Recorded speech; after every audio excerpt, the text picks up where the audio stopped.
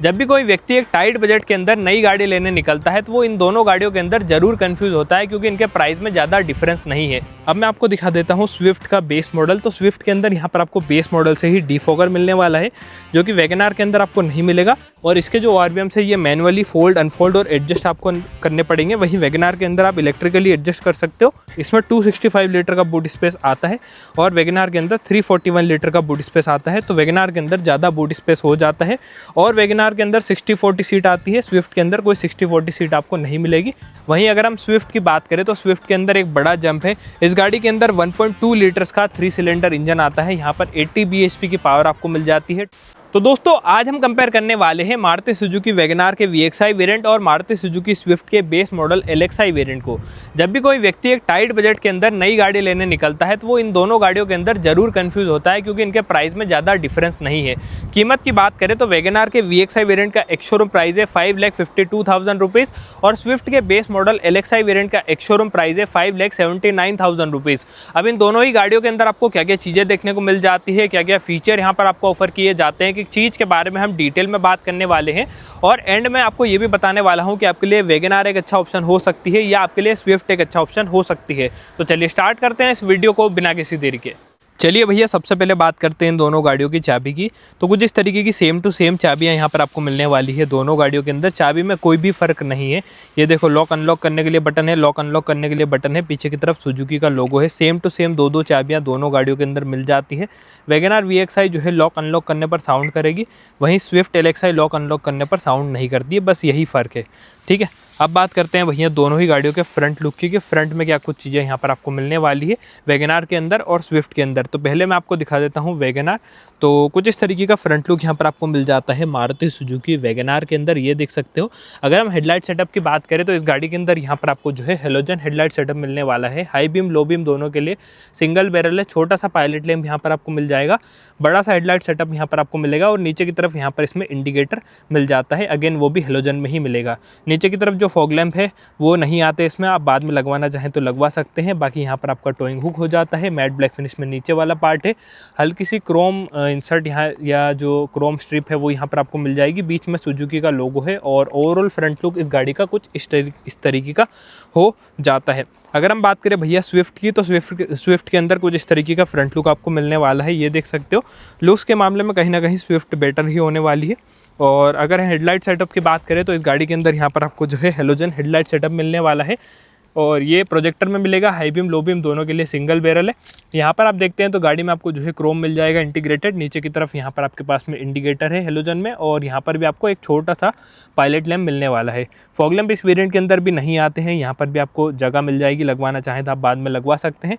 Towing hook के लिए यहाँ पर आपके पास में है और जो इसकी ग्रिल है वो ग्लॉस ब्लैक फिनिश में मिलती है। सेंटर में सुजुकी का लोगो आ जाता है और यहाँ पर आपके पास में हो जाती है मैट ब्लैक फिनिश। अब देखो ये दोनों गाड़ियाँ वैसे तो है हैचबैक, लेकिन वो थोड़ी सी टॉल बॉय डिज़ाइन के साथ में आती है और ये थोड़ी सी एक अपर सेगमेंट में आ जाती है। वो स्टार्टिंग रेंज की हैचबैक है और ये थोड़ी सी एक अपर रेंज की हैचबैक हो जाती है। मारुति के अंदर हैचबैक की रेंज बहुत ज़्यादा है, ऑल्टो हो जाती है, ऐसे तो एस्प्रेसो भी हैचबैक की गिनती में आएगी। उसके बाद सिलेरियो आ जाती है, फिर वैगनआर आ जाती है, फिर स्विफ्ट आती है। ठीक है, तो कुछ इस टाइप का लाइनअप हो जाता है। बट वैगनआर और स्विफ्ट के अंदर मोस्टली लोग कंफ्यूज होते हैं। कई सारे लोग सिलेरियो का आजकल नहीं कंसिडर करते। वैगनआर थोड़ी ऊंची दिखती है तो लोग इसलिए ले लेते हैं कि स्पेस इसमें थोड़ा बेटर है। और स्विफ्ट वैगनआर के अंदर मोस्टली लोग कंफ्यूज होते हैं जिनका कम बजट होता है, इसलिए आज का वीडियो मैं आपके लिए बना रहा हूँ। ठीक है, फ्रंट लुक आप देख सकते हो। आप मुझे कमेंट में बताना आपको स्विफ्ट के लुक ज़्यादा बेटर लगते हैं या वैगनआर के लुक ज़्यादा बेटर लगते हैं। और इन दोनों गाड़ियों के अंदर एक बहुत बड़ा डिफरेंस भी है, तो वो मैं आपको एंड में बताऊँगा। बाकी हम बात करते हैं साइड प्रोफाइल की, कि साइड के अंदर क्या कुछ चीज़ें मिल जाती है। तो चाबी मैं रख देता हूँ इसकी वैगनआर के अंदर ताकि बाद में कोई कन्फ्यूज़न ना रहे। ठीक है, मैं अनलॉक करके यहाँ लगा देता हूँ, यहाँ रख देता हूँ। चलो भैया अब साइड प्रोफाइल की बात करते हैं। तो कुछ इस तरीके का साइड प्रोफाइल यहाँ पर आपको मिलने वाला है मारुति सुजुकी वैगनआर के VXI वेरिएंट के अंदर। ये एक टॉल बॉय डिज़ाइन है तो काफ़ी ऊंची लगने वाली है गाड़ी। इसके अंदर हेडरूम रिलेटेड कोई इशू नहीं आता है कभी भी, ये फ़ायदा है। बाकी यहाँ पर जो डोर हैंडल है वो आपको पुराने स्टाइल के मिलने वाले हैं। चाबी आप यहाँ से लगा सकते हैं और इसके जो आरवीएम से ये इलेक्ट्रिकली एडजस्टेबल है, इन्हें फोल्ड आपको हाथ से करना पड़ेगा। तो ये एक चीज़ यहाँ पर आपको अच्छी मिल जाएगी कि इलेक्ट्रिकली एडजस्टेबल आरवीएम तो यहाँ पर आपको मिल रहे हैं। फेंडर पर इंडिकेटर इंडिकेटर है और इसके जो टायर्स है वो आपको 14 इंच के मिल जाते हैं। टायर प्रोफाइल अगर मैं आपको बताऊं तो वो है 165 70 R14 का। आगे डिस्क ब्रेक है, पीछे की तरफ ड्रम ब्रेक्स है। कोई बोलता है इस गाड़ी का ग्राउंड क्लियरेंस 165 है, कोई बोलता है 170 है, तो आप मान लो कि 165 से 170 के mm के आसपास का है, ठीक है। पर मोस्टली जगहों पर गाड़ी टिकती नहीं है, अच्छा ग्राउंड क्लियरेंस यहाँ पर आपको मिल जाएगा। इसमें व्हील कैप भी आती है साथ में, ठीक है। 14 इंच के स्टील रिम यहाँ पर आपको मिल रहे हैं। अब बात करते हैं भैया स्विफ्ट के साइड प्रोफाइल की, कि स्विफ्ट के अंदर क्या कुछ चीज़ें मिल जाती है। इसमें 32 लीटर की फ्यूल टैंक कैपेसिटी आती है। स्विफ्ट की साइड में थोड़ी जगह नहीं है, पर यहाँ से मैं आपको दिखा देता हूँ। इसके अंदर कुछ इस तरीके का साइड प्रोफाइल आपको मिल जाता है। यहाँ पर इस गाड़ी में आपको जो है 14 इंच के स्टील रिम तो मिलेंगे, बट ये आपको मिलते हैं सिल्वर कलर के, जो कि काफ़ी आउटडेटेड फील देने वाले हैं। वहीं वैगनआर के अंदर ब्लैकड आउट आ जाते हैं। टायर प्रोफाइल में थोड़ा सा फ़र्क है, इसमें 165 80 R14 की टायर प्रोफाइल है, उसमें 165 70 या 65 R14 की है। मैं देख लेता हूँ 2 मिनट, ठीक है। ये मैं आपको बता देता हूँ, अभी देखा मैं अपन, ये 165 70 R14 है और ये 165 80 R14 है, तो थोड़ा सा फ़र्क यहाँ पर आ जाएगा। बाकी गाड़ी के जो इंडिकेटर है वो यहाँ पर आपको वेंडर पे मिलने वाले हैं, और इसके जो RVMs है ये मैनुअली फोल्ड अनफोल्ड और एडजस्ट आपको करने पड़ेंगे। वहीं वैगनआर के अंदर आप इलेक्ट्रिकली एडजस्ट कर सकते हो, फोल्ड आपको हाथ से करने पड़ते हैं। यहाँ पर जो डोर हैंडल है वो भी आपको पूरे ब्लैकड आउट मिलने वाले हैं।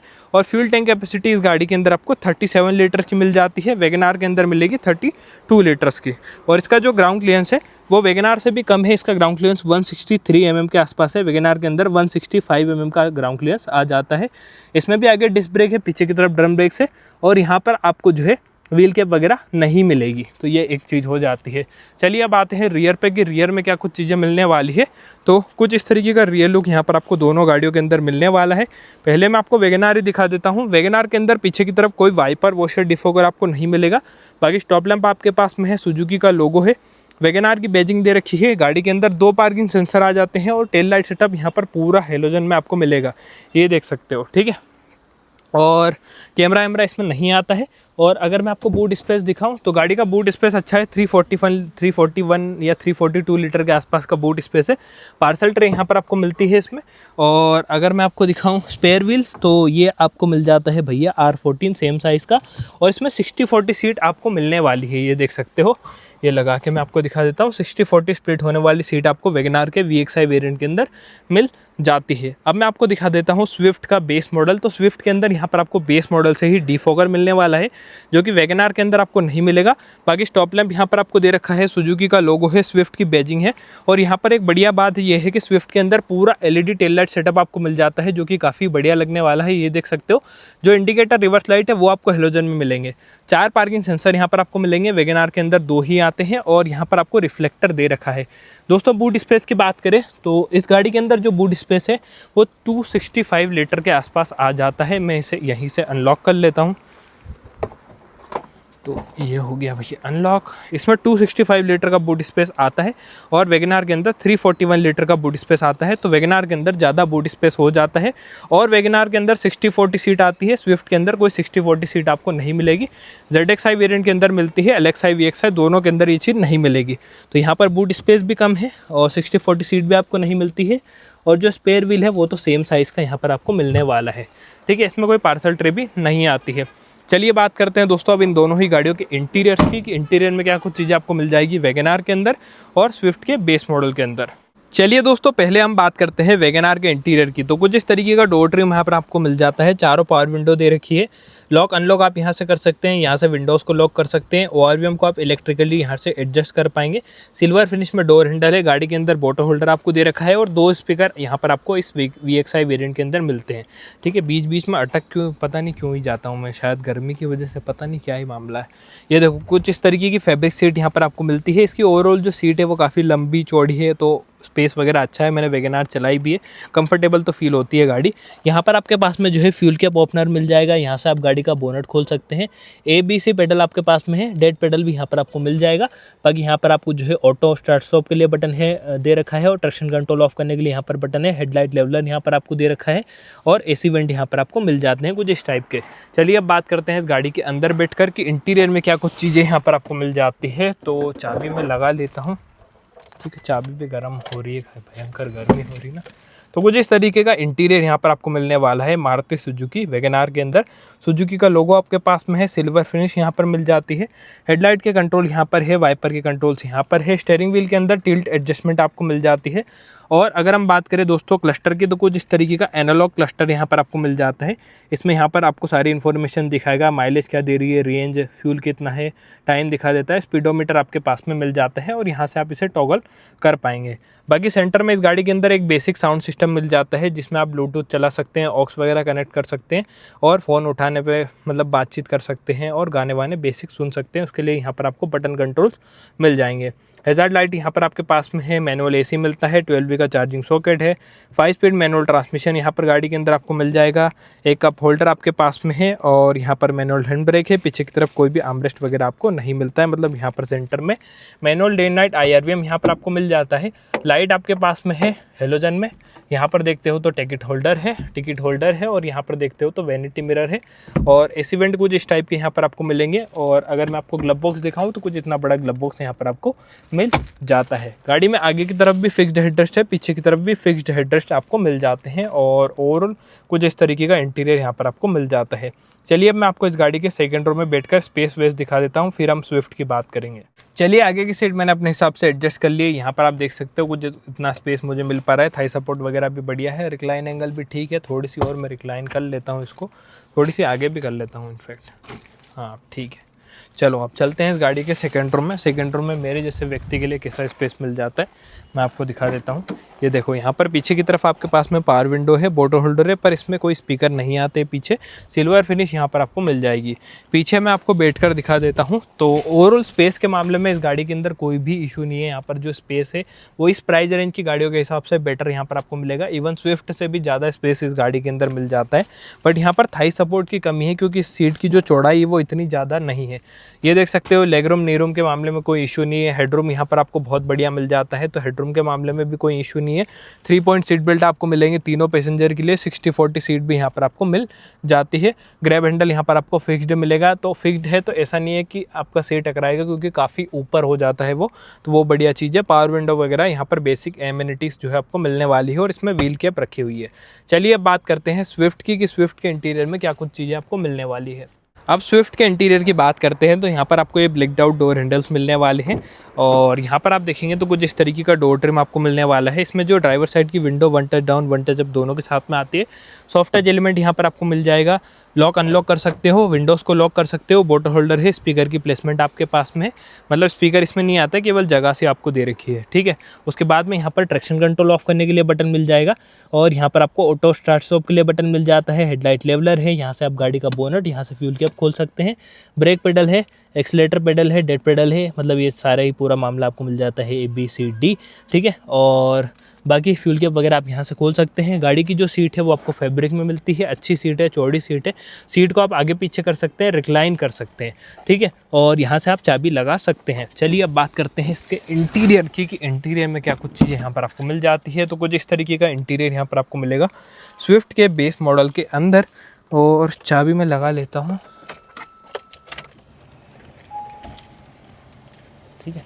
ये देख सकते हो एकदम बेसिक इंटीरियर यहाँ पर आपको मिलने वाला है क्योंकि ये है भी बेस मॉडल। यहाँ पर आप देखते हैं तो गाड़ी में आपको कोई भी स्टीयरिंग माउंटेड कंट्रोल नहीं मिलेंगे। कंट्रोल तो वैगन आर में भी नहीं थे। सुजुकी का लोगो है, सिल्वर रिंग आपके पास में है। हेडलाइट के लिए कंट्रोल है, वाइपर के लिए कंट्रोल है। इसका जो क्लस्टर है थोड़ा सा डिफरेंट मिल जाएगा क्योंकि इसमें टेकोमीटर भी ऐड हो जाता है। वैगन आर में टेकोमीटर नहीं है। इसमें बीच में एक डिजिटल MID मिलती है जिसमें माइलेज क्या दे रही है, गेट खुला है, टाइम, पीछे सीट बेल्ट किसने लगा रखा है, किसने नहीं लगा रखा है, ये सारी इन्फॉर्मेशन मिल जाएगी। दोनों गाड़ियों के अंदर 6 एयरबैग आपको मिलते हैं। ABS, EBD, ट्रैक्शन कंट्रोल, हिल असिस्ट, ये सारे सेफ्टी फीचर तो आपको मिलने ही वाले हैं। और स्पीडोमीटर वगैरह आप देख सकते हो। यहाँ पर आप देखेंगे तो इस गाड़ी के अंदर कोई भी स्टीरियो वगैरह आपको नहीं मिलता है, पूरा बेसिक मामला है क्योंकि ये बेस मॉडल है, मैंने आपको बताया। हैज़ार्ड लाइट के लिए बटन आपके पास में है। एसी वेंट यहाँ पर आपको दे रखे हैं। गाड़ी के अंदर आपको यहाँ पर जो है मैनुअल AC मिलने वाला है, बट ये थोड़ा सा प्रीमियम फील देता है। वैगन आर का एकदम बेसिक लगने वाला है। और यहाँ पर आपके पास में 12V का चार्जिंग सॉकेट है, एक स्पेस है, 2 कप होल्डर है, 5 स्पीड मैनुअल ट्रांसमिशन यहाँ पर भी आपको मिल जाता है, मैनुअल हैंड ब्रेक है, कोई आर्मरेस्ट यहाँ पर नहीं आता है, कप होल्डर आपको मिल जाएगा। बाकी यहाँ पर देखेंगे तो गाड़ी के अंदर आपको कोई मैनुअल डे एंड नाइट वाला जो IRVM है वो भी नहीं मिलेगा, ऐसा बेसिक आप एडजस्ट कर सकते हो।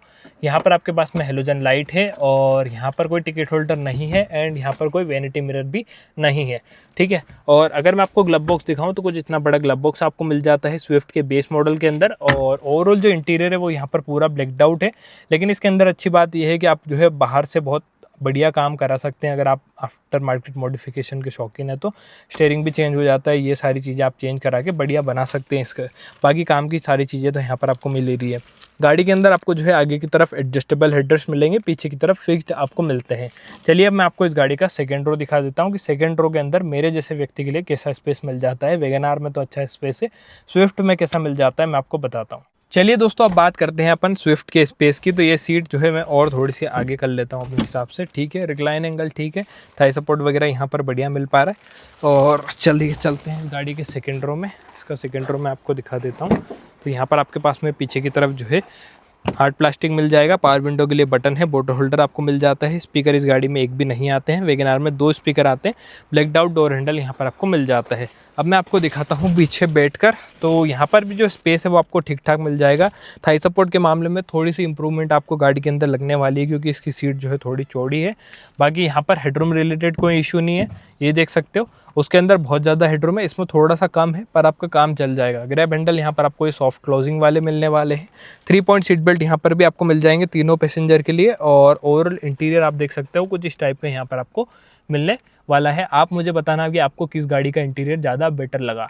चलिए अब बात करते हैं इन दोनों ही गाड़ियों के इंजन्स की और कंक्लूजन पे आते हैं कि आपको कौन सी गाड़ी लेनी चाहिए। चलिए भैया अब बात करते हैं इन दोनों ही गाड़ियों के इंजन्स की। तो वैगन आर के अंदर आपको मिल जाता है एक 1 लीटर का 3 सिलेंडर इंजन जो कि 65 bhp की पावर देता है।